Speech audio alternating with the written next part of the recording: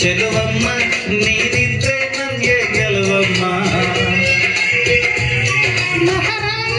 ಮಹಾರಾಯ ನಿನಗಾಗಿ ಕುಳಿತು ನನ್ನ ಪ್ರಾಣ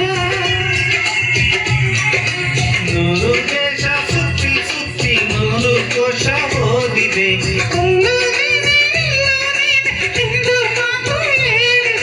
ಕಣ್ಮುಚ್ಚಿ ಅಷ್ಟಕ್ಕೂ ಯಾರ ಸಂಖ್ಯಾಕೆ